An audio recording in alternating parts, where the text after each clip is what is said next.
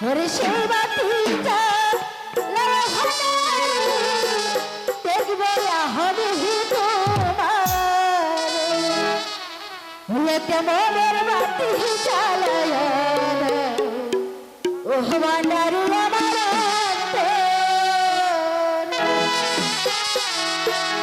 ওরে সেই বাতিটা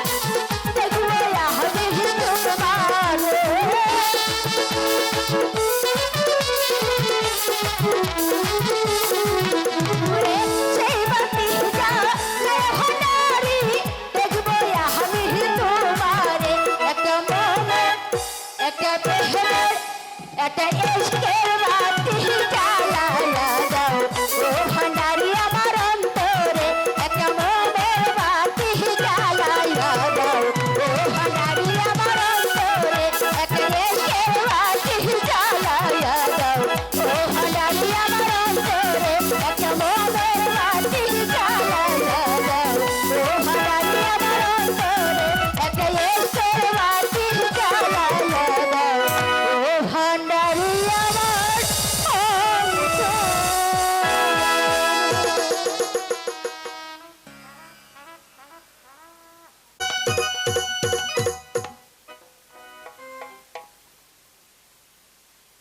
সুজলা সুফলা শস্য শ্যামলা আমাদের এই সোনার বাংলাদেশ। আমার আব্বা হুজুর মৃত্যুর সময় আমাকে এই সিংহাসন আর এই রাজ্যটা দিয়ে বলেছিল, ওরে বাদশাহ তুই কি, আমি এই সিংহাসনটা দান করে গেলাম, এই সিংহাসনের মান মর্যাদা আর তোর এই লক্ষ কোটি পদবীর সুখ শান্তি তুই সর্বদাই দেখে রাখবি। তাই তো আব্বা হুজুরের কথা মতো আমি আমার রাজ্যটার একদিনও ঘুরে ফিরে আমি আমাদের প্রজার কোনো খোঁজ আমি কোনো কিছুই রাখতে পারিনি। তাই তো ওজির সাহেবকে ডেকে আমি দেখবো আমার রাজ্যের প্রজাগণে কেমন আছে। আই কে আছিস, ওজির সাহেবকে দরবারে পাঠিয়ে দে। যাহা আপনার জয় হোক, যাহা আপনার জয় হোক। বলুন যাহা আপনার, আমাকে কেন স্মরণ করেছেন যাহা আপনার?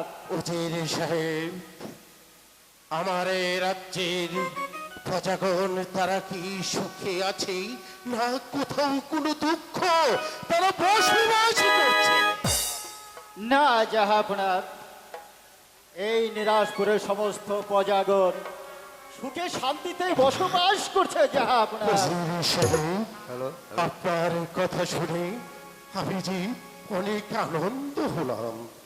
উজির সাহেব, যাহা আপনার, আপনি আগামীকালই আমার এই নিরাশপুরে সকল প্রজাদের মাঝে গিয়ে আপনি দেখবেন কোথাও আমার কোনো প্রজা অশান্তিতে বসবাস করছে কিনা।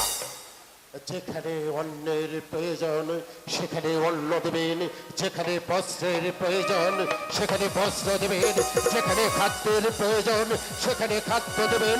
একটি কথা সবসময় মনে রাখবেন, আমার প্রজারা যদি সুখে থাকে তাহলে আমি সুখী হব। যাহা আপনার, আপনার কথা মতো আমি আগামীকালই আমি সারা রাজ্যময় ঘুরে দেখব, যেখানে যেখানে বস্ত্র রাখবে, যেখানে ঔষধ লাগবে সেখানে আমি তাই দেব যাহা আপনার। সুজীর সাহেব, আপনার কথা শুনে আমি অনেক অনেক শান্তি পেলাম। এবার আমি একটি কথা ভাবতে ভাবতে একটি জিনিস আমি ভুলে গেছি। আব্বাজান মৃত্যুর পর থেকেই আমি কোনোদিন হরিণ শিকার করতে যাইনি, তাই তো আমি বড় স্থির করেছি আমি কিছুদিন হরিণ শিকার করতে যাবো। তাতে আপনার অভিমত কি উজির সাহেব? যাহা আপনার, আপনি হরিণ শিকারে যাবেন এ তো আনন্দের কথা যাহা আপনার, কিন্তু আমার যে কোনো অমত করার কোনো কারণ নেই যাহা আপনার। হ্যাঁ উজির সাহেব, এই মুহূর্তে আপনি ছুটে যাবেন, আমার হরিণ শিকারের ব্যবস্থা করবেন। আর যতদিন আমি হরিণ শিকার করে আমি প্রাসাদে না ফিরি ততদিন আপনি এই সিংহাসনের দায়িত্ব নেবেন। আর দেখবেন আমার প্রজাগণ যেন কোনদিন যেন একই ফোঁটা চোখের জলে না ফেলে। তাই হবে যাহা আপনার, আপনার কথাগুলো আমি অক্ষরে অক্ষরে পালন করব।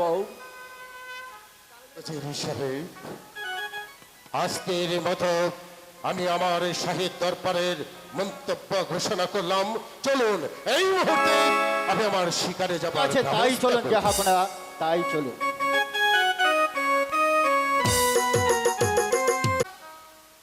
হরিণটা যে পালিয়ে গেল, দেখতে দেখতে হরিণটা পালিয়ে গেল। না, এই বনের মাঝে আমি আর হরিণ শিকার করবো না, এই মুহূর্তে চলে যাব আমি অন্য বনে। আর শুনেছি এই বনে মাঝে নাকি মাঝে মধ্যে ডাকাতি হয়, তাই এই বন ছেড়ে আমি অন্য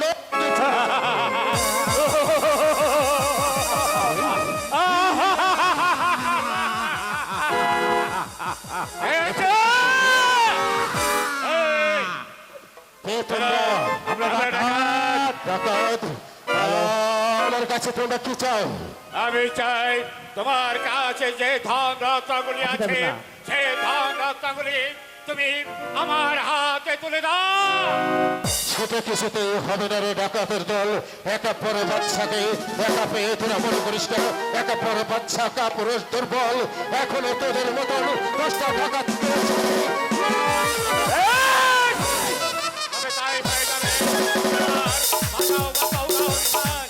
আমি দেখে দেবো।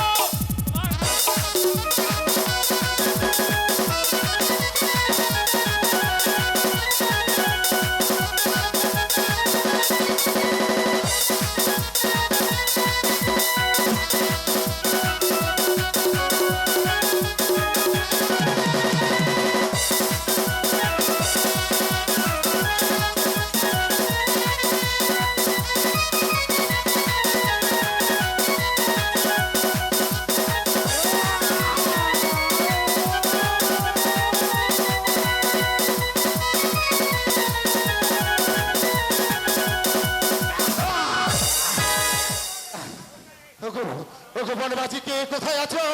আমাকে রক্ষা করো।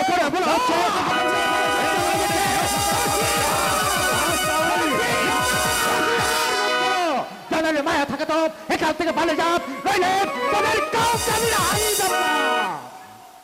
বনরাজ, তোর সাথে তো আমাদের কোনো শত্রুতা নেই, কোনো ভদ্রতা নেই। তুই এই বনে আমাদের বাস করিস, আমরা কোনোদিন তোর কোনো কাজে বাধা দিতেছি? আর একাত্তর বাচ্চাকে তুই যদি ভুল করতে পারবি, রাজা আছি, জানালে মায়া থাকে তো এখান থেকে পালিয়ে যাও, নইলে তোদেরকে হারিয়ে যাব না।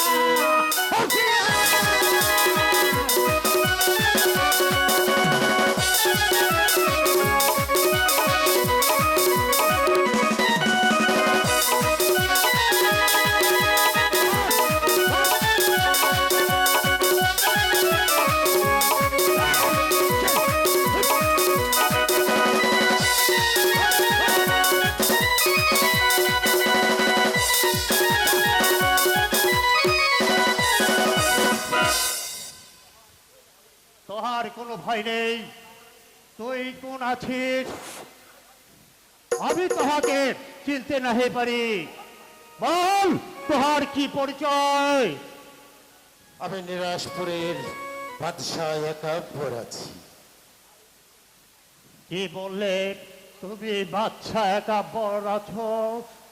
আচ্ছা, তুই তাহলে আমার রেজা আছিস, আমি তোকে সালাম করব। ওঠো বনরাজ, আজ এই বিপদ মুহূর্তে তুমি আমাকে যে উপকার করেছো তার স্থান তোমার পায়ে নয়, তোমার স্থান হচ্ছে আমার এই বুকেরই বাজি। বনরাজ, মহারাজ, তুমি আজ আমার জীবনটাকে বাঁচিয়ে তুমি তুমি যে আমাকে তোমার কাছে চিরঋণী সাজিয়ে দিলে, তাই তো আমি মনে স্থির করেছি আজ আজ আমি তোমাকে পুরস্কৃত করব। নহে নহে রে রাজা, আমি যে ছোট লোক আছি, আমার কোনো পুরস্কারের প্রয়োজন নেই। না না বনরাজ, তুমি তুমি এই বনের বনরাজ আছো বটে, তুমি তারপরে আমি তোমাকে একটা উপহার দেব। তুমি না করবে না? বলো, তুমি আমার উপহারটা সাদরে গ্রহণ করে নেবে। এ কি বলছেন মহারাজ? ঠিক আছে মহারাজ, আপনার পুরস্কার আমি সাদরে গ্রহণ করব।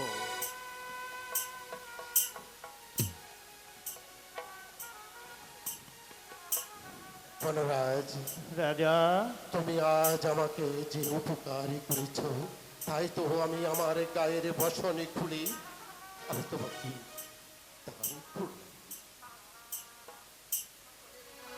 পরে রাজা, আমি সামান্য বনরাজ, তোর যা গায়ের জামা দিয়ে আমি কি করব? আজ কোনো একদিন আমার এই গায়ের বসন তোমার অনেকই বড় কাজে লাগবে বনরাজ। আর তাছাড়া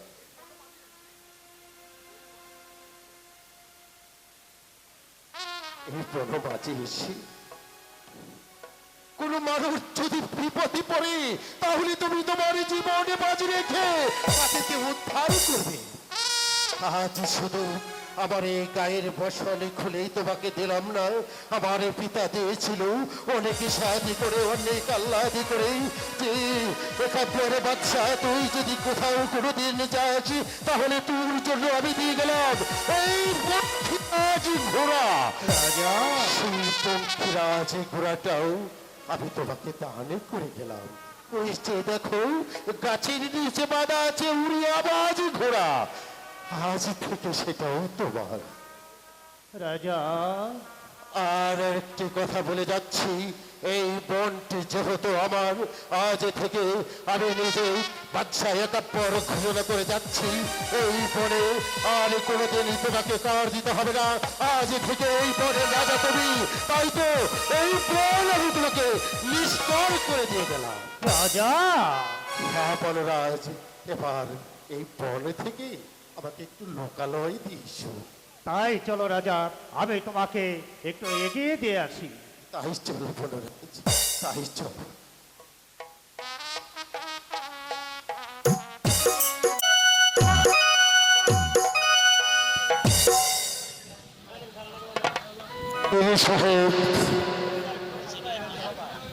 আমি শিকারের থেকে এসে লক্ষ্য করতে পারছি আমার রাজপ্রাসাদে পরিষ্কার পরিচ্ছন্ন, অথচ মালির দেখা আমি কেন পাচ্ছি না? এর কারণ কি আপনি জানেন? না জাহাপনা, আমি যে এর কারণ কিছুই বুঝতে পারছি না জাহাপনা। উজির সাহেব, আমি বেশ কিছুদিন যাবৎ লক্ষ্য করছি এই মালিনী আমার সাথে দেখা করছে না। তাই তো আমি ওই রশিদ মালির কাছ থেকে জানতে চাই সে কেন আমার সাথে দেখা করে না। এই মুহূর্তে আপনি রশিদ মালিকে ডাকার ব্যবস্থা করুন। ঠিক আছে জাহাপনা, আমি এই মুহূর্তে তাই যাচ্ছি। এই কে আছিস? রশিদ মালিককে রাজ দরবারে পাঠিয়ে দে।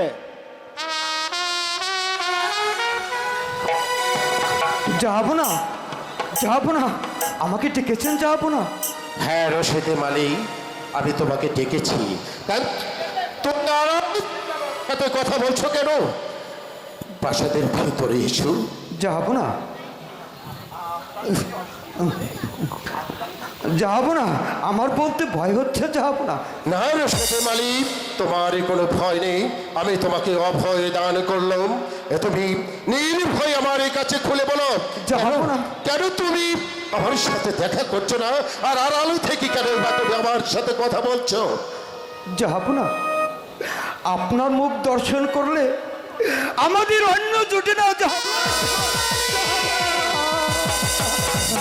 বেরিয়ে যাও এই মুহূর্তে, তুমি আমার দরবারে থেকে বেরিয়ে যাও। আমি তোমার ওই মুখে দেখতে চাই না।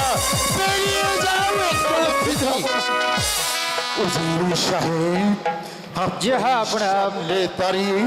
সামান্য একজন মালি এত বড় কথা আমাকে বলে গেল, আর তার কোনো প্রতিবাদ না করে আপনি পাথরের ন্যায় দাঁড়িয়ে আছে।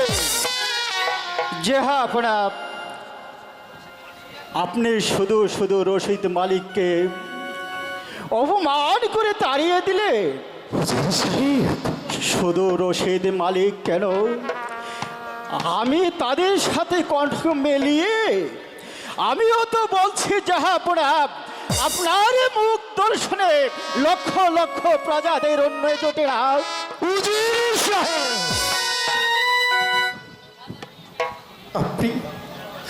আপনি এই কথা আমাকে বলতে পারলেন?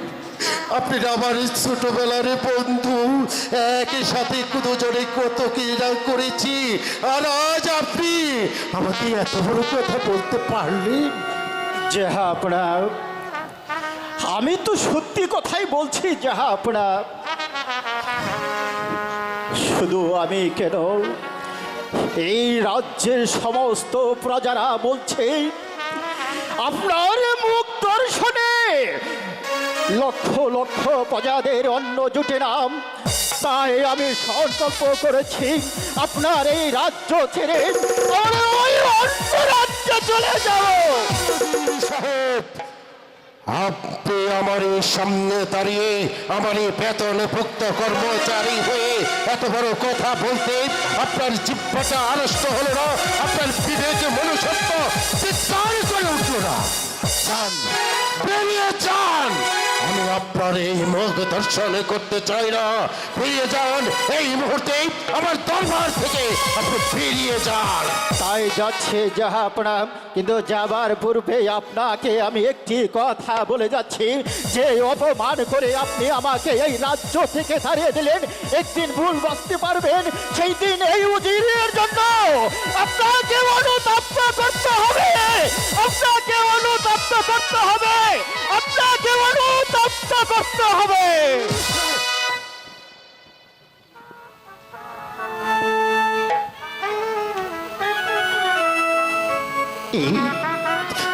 আমি কি করলাম? কেন কেন শুধু শুধু আমি ওজির সাহেবকে তাড়িয়ে দিলাম? ওজির সাহেব তো মিথ্যে কোনো কিছু বলেনি, সে তো সত্য কথা বলেছে। মেহেরবানি খোদা, আমাকে সবই কিছু দিয়েছে। এই রাজ্য, এই সিংহাসন আমাকে সবই কিছু দিয়েছে, শুধু শুধু একটি জিনিস আমাকে দেয়নি। মেহেরবানি খোদা, আমি তোমার কাছে কি অপরাধ করেছিলাম যার কারণে আমাকে তুমি নিঃসন্তান করে রেখেছ?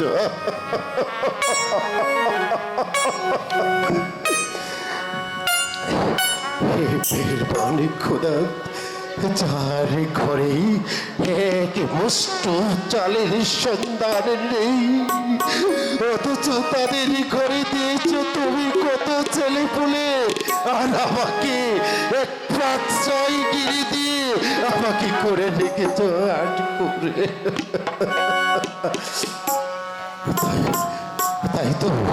তাই তো আমার এই রাজ্যের সকল প্রজারাই বলা বলি করছে, একা পর বাচ্চার বুক দর্শনে আমাদের মুখে মাত্রা জোটে না।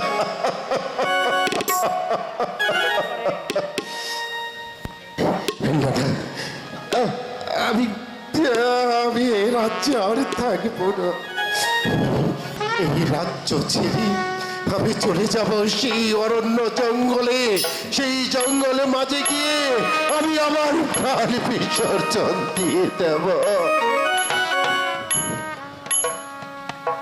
পিতা,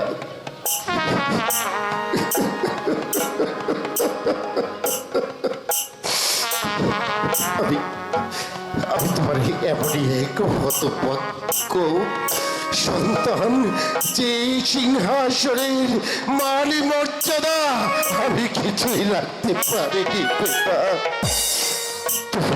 তুমি আমাকে ক্ষমা করে দিও। পিতা, তুমি আমাকে ক্ষমা করে দিও।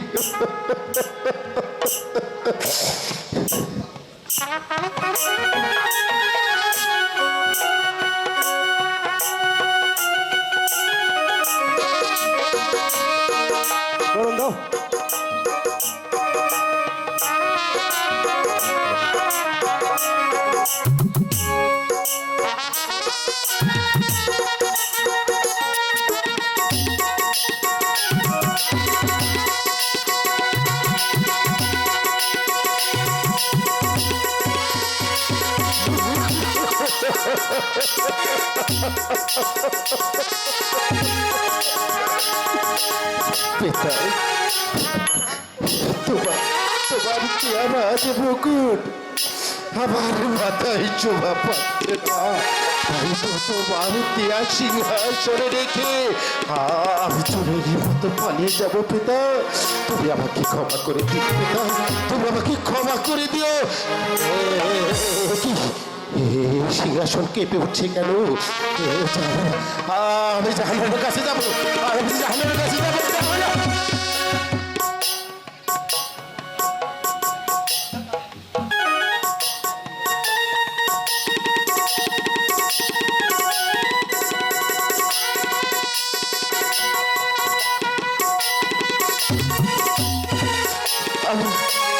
আমার জাহানাকে পারবো না। সে এসে বললে হয়তো এই হতবাকার যাওয়া হবে না, সে হয়তো আমাকে আটকে ফেলবে। আমি জাহানাকে ডাকবো না, আমি পালিয়ে যাবো।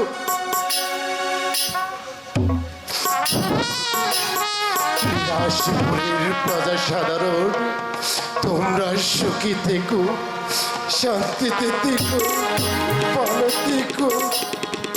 শুধু তোমাদের কাছে আমার একটাই আকুল আবেদন, বললে তোমাদের এই আটকুরে বাচ্চাকে ক্ষমা করে দিও। আমি কোনোদিন আমি তোমাদের মাঝে আর আসবো না। আমি আমার এই কলঙ্কিত মুখ আমি কোনোদিন দেখাবো না। সুখী থেকো, শান্তিতে থেকো। আমি আমি আমি আমি চুরির মতো পালিয়ে যাচ্ছি। ব্যথা চিন্তা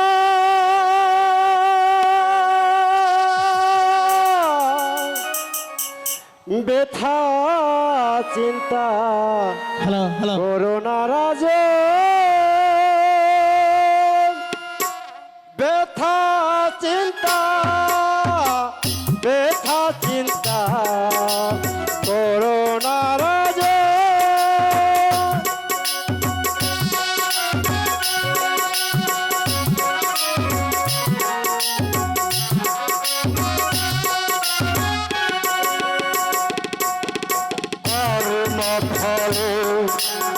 বারে বারে দুঃখ আসে বারে বারে কর্মফলে এ সংসারে দুঃখ আসে বারে বারে সাই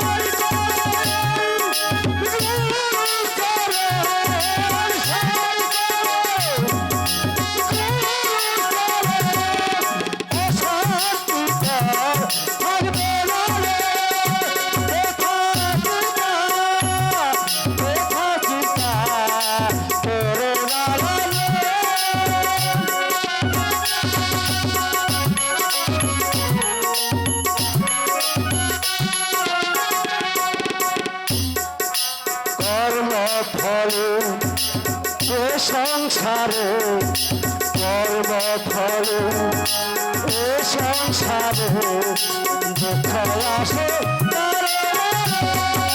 কর্মফলে এ সংসারে দুঃখ আসে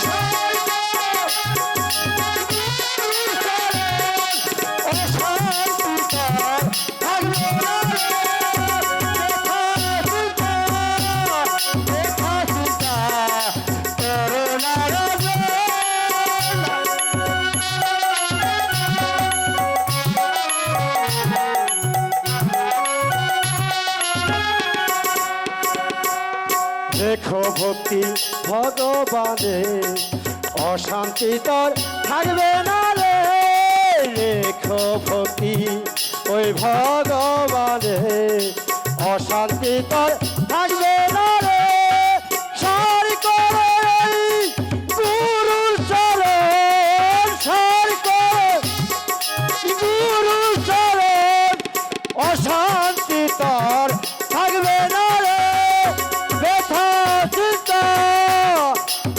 চিন্তা করোনা রাজ না না, আমি কারো কথা শুনবো না, কারো বাধা মানব না। আমি আমার রাজ্যের প্রজার সুখের জন্য আমি বাচ্চাই একাপড় চোরের মতো এই রাজ্য ছেড়ে এই সিংহাসন ছেড়ে আমি পালিয়ে যাব। তবু আমার এই লীলাসপুরে আমি আরো যত্ন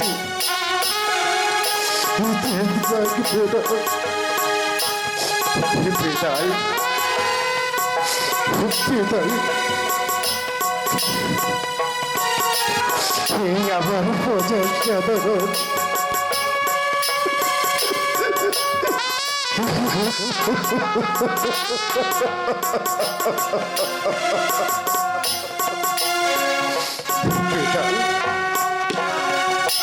আজ আমার এই রাজ্যের জন্য, আমার এই প্রজার জন্য আজ আমি চোরের মতো পালিয়ে যাচ্ছি। সুখে থেকো আমার উল্লেসিক কোটি প্রজার সাধারণ, তোমরা সুখে থেকো। পারলে এই হতভাগা একাপের বাচ্চাকে তোমরা ক্ষমা করে দিও।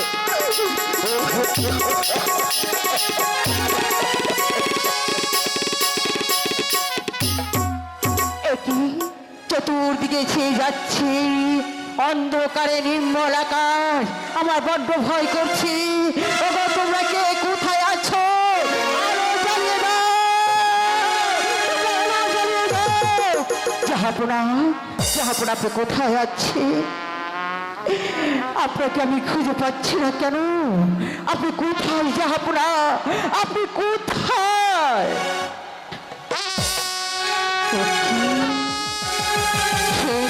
শরীর রাজ মুকুট পরিয়াছে, তবে কি জাহাপনা পুত্র ভাবে মনের দুঃখে রাজ্য ছেড়ে চলে গেছে? হায় খোদা, হে মেহেরবান খোদা, আমরা একটি পুত্র সন্তানের জন্য তোমার কাছে এত লালায়িত, তোমাকে একটু দেওয়া হবে না খোদা? তুমি বলে দাও এখন আমি কি করব? জাহাপনা রাজ্য ছেড়ে চলে গেছে। না না, আপনি আমাকে ছেড়ে চলে যেতে পারেন না। আমি একা কি করে চার দেওয়ালের মাঝে বন্দি হয়ে থাকবো?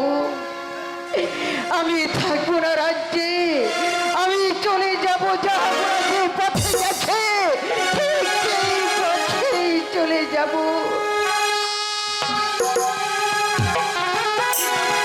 জাহাপনা, আপনার রাজ মুকুট রেখে গেছে সিংহাসনে। আমি এই রাজ মুকুট নিয়ে চলে যাব। আপনি সেই পথে চলে গেছেন, ঠিক আমিও সেই পথে চলে যাব। কারণ আপনাকে ছাড়া আমি বাঁচতে পারবো না। আপনাকে যদি না পাই তাহলে আমিও কখনোই রাজ্যে ফিরে আসবো না। এই